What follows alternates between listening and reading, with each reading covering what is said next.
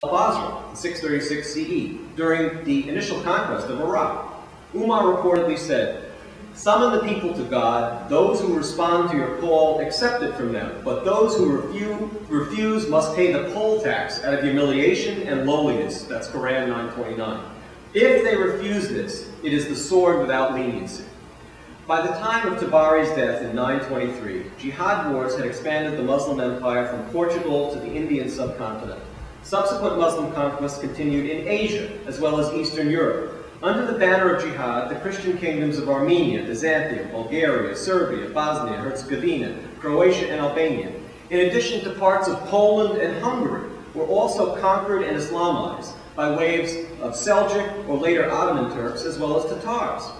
Arab Muslim invaders engaged additionally in continuous raids that ravaged and enslaved sub-Saharan African animist populations, extending to the southern Sudan. When the Ottoman Muslim armies were stopped at the gates of Vienna in 1683, over a millennium of jihad had transpired. These tremendous military successes spawned a triumphalist jihad literature. Muslim historians recorded in detail the number of infidels slaughtered or enslaved and deported, the cities, villages, and infidel religious sites which were sacked and pillaged, and the land's treasure and movable goods seized. And this classical formulation of jihad is very much a living doctrine today. For example, one can read the openly espoused views and sound Islamic arguments which conclude the contemporary work Islam and Modernism, written by a respected modern Muslim scholar, Justice Muhammad Taqi Usmani. Mr. Usmani, age 64, sat for 20 years as a Sharia judge in Pakistan's Supreme Court. His father was a Grand Mufti of Pakistan and also wrote a very important 20th century Quranic commentary.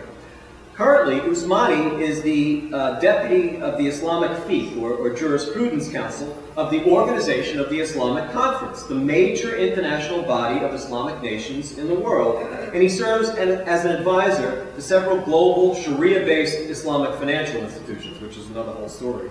Thus, he is a leading contemporary figure in the world of mainstream Islamic jurisprudence. Mr. Usmani is also a regular visitor to Britain. During a recent visit there, he was interviewed by the Times of London, which published extracts from Usmani's writings on jihad, Saturday, September 18, 2007. The concluding chapter of Usmani's Islam and Modernism rebuts those who believe that only defensive jihad, i.e. fighting to defend the Muslim land deemed under attack or occupation, is permissible in Islam. He also refutes the suggestion that jihad is unlawful against a non-Muslim state that freely permits the preaching of Islam, which was actually of some concern to the Times reporter, one could imagine. For Usmani, quote, "The question is whether aggressive battle is by itself commendable or not. If it is not, why should the Muslims stop simply because territorial expansion in these days is regarded as bad? And if it is not commendable but deplorable, why did Islam not stop it in the past?" He answers his own question as follows. Even in those days, aggressive jihads were waged because it was truly commendable for establishing the grandeur of the religion of Allah. Usmani urges that Muslims should live peacefully in countries such as Britain, where they have the freedom to practice Islam only until they gain enough power to engage in battle. Usmani explodes the myths that the creed of offensive expansionist jihad represents a distortion of traditional Islamic thinking, or that this living institution is somehow irrelevant to our era. And what was the nature of the system of governance imposed upon those indigenous non-Muslims conquered by jihad? In his seminal The Laws of Islamic Governance, al-Mawardi, who died in 1058, a renowned jurist of Baghdad, examined the regulations pertaining to the lands and infidel populations subjugated by jihad. This is the origin of the system of dhimmitude. The native infidel dhimmi, which derives from both the word pact and also guilt, guilty of religious errors.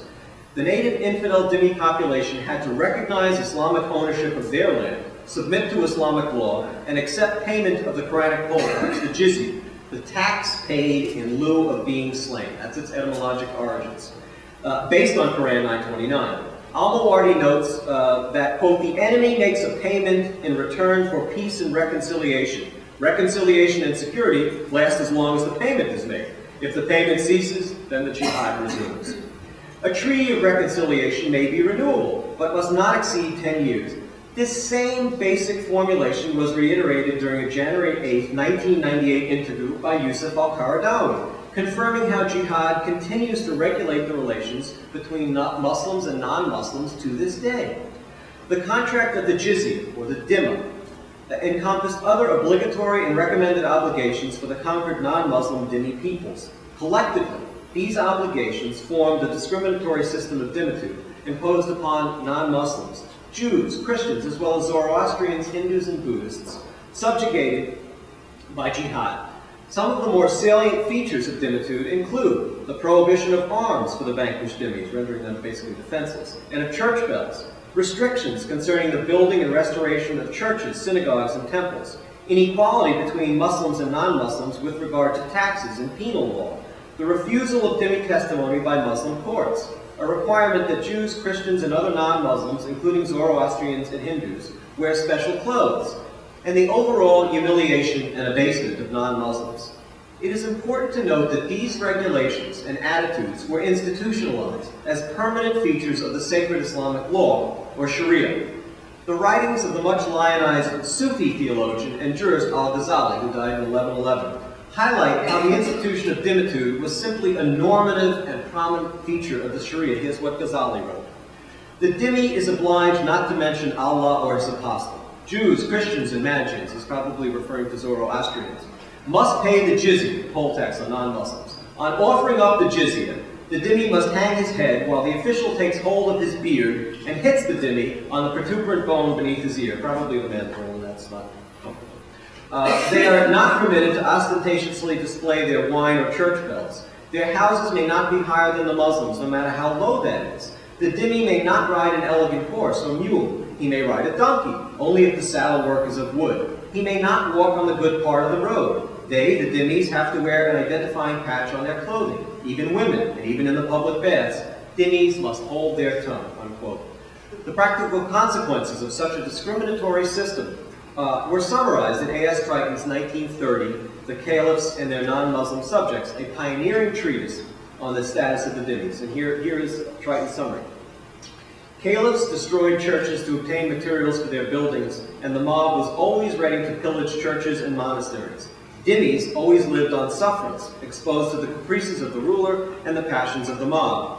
In later times, they were much more liable to suffer from the violence of the crowd, and the popular fanaticism was accompanied by an increasing strictness among the educated. The spiritual isolation of Islam was accomplished.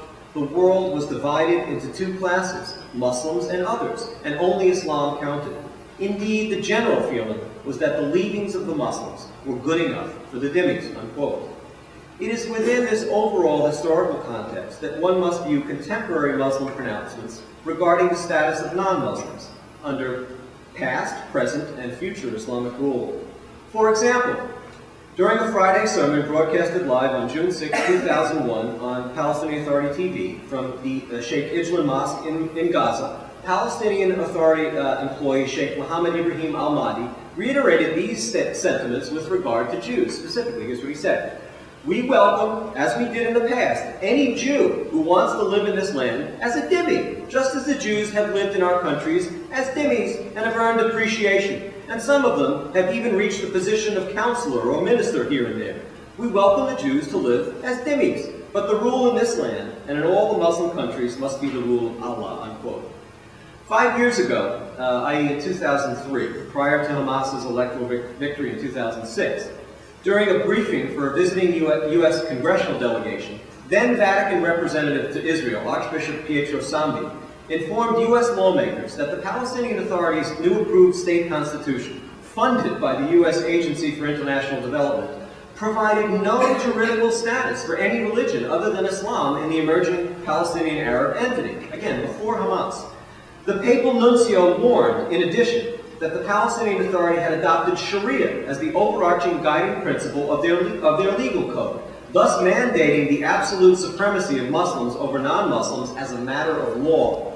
Archbishop Sambi also initiated a study of the new PA textbooks, which the Vatican deemed to be brazenly anti-Semitic. But how are the jihad and its corollary institution conjoined to Islamic anti-Semitism? Palestinian cleric Wael al-Zarad, during